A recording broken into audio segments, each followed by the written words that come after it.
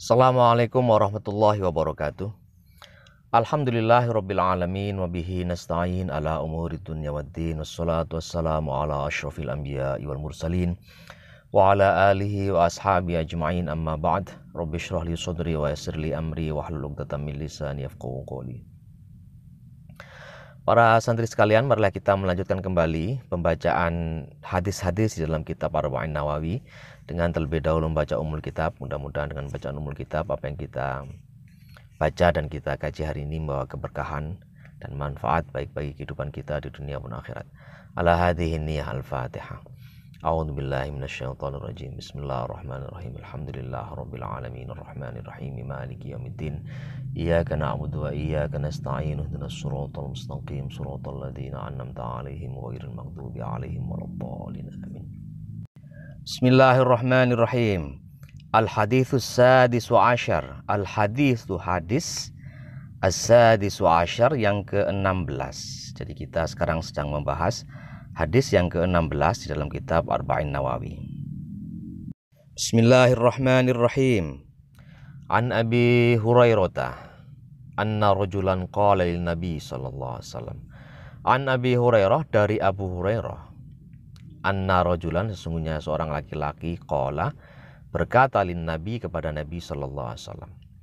Jadi Abu Hurairah bercerita atau meriwayatkan bahwa ada seorang laki-laki, ya, konon laki-laki ini bernama Harithah bin Qudamah. Harithah bin Qudamah ini datang kepada Nabi dan dia berkata, apa katanya? Dia berkata, Ausini, beri aku wasiat ya Rasul, beri aku nasihat, beri aku pesan. Jadi si laki-laki ini datang kepada Nabi minta diberi nasihat, minta diberi wasiat lah gitu.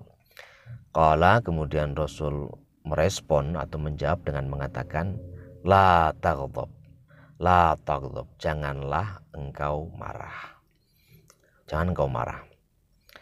Faraddada, kemudian orang ini, si laki-laki itu mengulang lagi perkataannya, minta nasihat dia kepada Nabi sallallahu alaihi wasallam.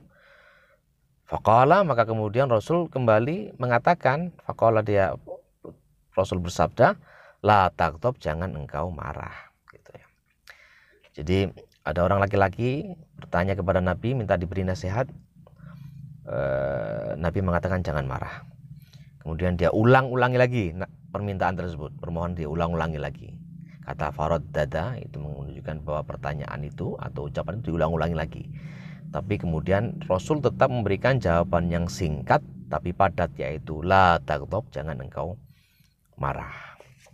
Nah, mungkin Rasulullah SAW mengetahui bahwa orang yang meminta nasihat ini atau orang yang bertanya ini itu memiliki sifat pemarah atau suka meluapkan amarah. Makanya beliau ketika dimintai nasihat, beliau memberikan pesan yang singkat tapi padat berisi, yaitu la taghdab. Nah, mengapa Rasulullah memberikan pesan la taghdab atau jangan engkau marah, ya? Menurut Kiai Bishri Mustafa di dalam kitab Al-Azwad Al-Mustafawiyah, ketika beliau menjelaskan hadis ini, beliau mengatakan sifat pemarah itu merupakan sifat yang di dalam agama Islam merupakan sifat yang tercela. Kenapa? Karena dengan sifat pemarah itu bisa muncul permusuhan antara satu orang dengan yang lain. Bisa muncul pertikaian antara satu orang dengan orang yang lain. Bisa muncul masalah antara satu orang dengan orang lain, bahkan melibatkan orang-orang yang lebih banyak. Itu biasanya bermula dari sikap amarah ini atau sifat marah ini, pemarah ini. Jadi makanya disarankan untuk dijauhi. Bahkan di dalam salah satu ayat Allah berfirman atau memfirmankan tentang ciri-ciri orang bertakwa, yang salah satunya adalah wal kadhiminal ghaidha, orang yang mampu menahan amarah. Jadi mampu menahan amarah itu merupakan salah satu ciri orang yang bertakwa. Nah, menurut Kiai Bishri Mustafa, sifat pemarah atau sikap marah itu merupakan sikap yang tercela. Tetapi ada marah yang dibolehkan, ya, yang diperkenankan, kata beliau, yaitu marah yang terkait dengan upaya membela agama atau upaya menegakkan norma-norma keislaman, norma-norma keagamaan. Misalnya kita melihat ada orang melakukan perbuatan maksiat di depan kita, apakah itu main judi, apakah itu minum minuman keras, apakah itu berzina, ya kita tidak boleh tinggal diam saja membiarkan, kita harus melakukan sesuatu. Nah, ketika muncul marah di situ, maka menurut Kiai Bisri Mustafa itu diperkenankan. Tapi marahnya adalah marah karena lillah, bukan marah karena kita benci pada orang itu, tapi marah karena perintah Allah dilanggar, ya, larangan Allah dilakukan. Nah, ini sesuatu yang dibolehkan. Ini juga sesuai dengan hadis Nabi yang lain yang mengatakan man ra'a minkum mungkaran falyughayyirhu biyadihi. Ya, barang siapa yang melihat kemungkaran, hendaknya dia mengubah dengan tangannya. Fa illam yastati fa bi lisanihi. Jika dia tidak bisa mengubah dengan tangannya atau powernya atau kekuasaannya, maka dengan lisannya, dengan ucapannya, mungkin memberi nasihat atau mengingatkan. Fa illam yastati fa bi qalbihi. Kalau nggak bisa, ya minimal dengan hatinya. Hati menunjukkan bahwa kita tidak senang dengan perbuatan itu. Fadzalika ad'aful iman, yang demikian itu merupakan selemah-lemahnya iman. Jadi pelajaran yang kita bisa ambil dari hadis ini adalah bahwa sebisa mungkin kita menahan amarah atau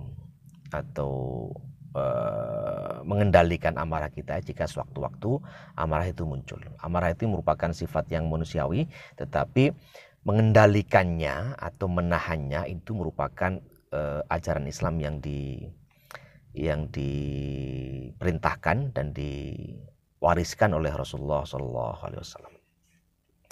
Saya kira itu untuk hari ini. Mudah-mudahan ada manfaatnya bagi kita sekalian. Mohon maaf atas segala kekurangan dan kelemahan. Billahi taufiq wal hidayah. Wassalamualaikum warahmatullahi wabarakatuh.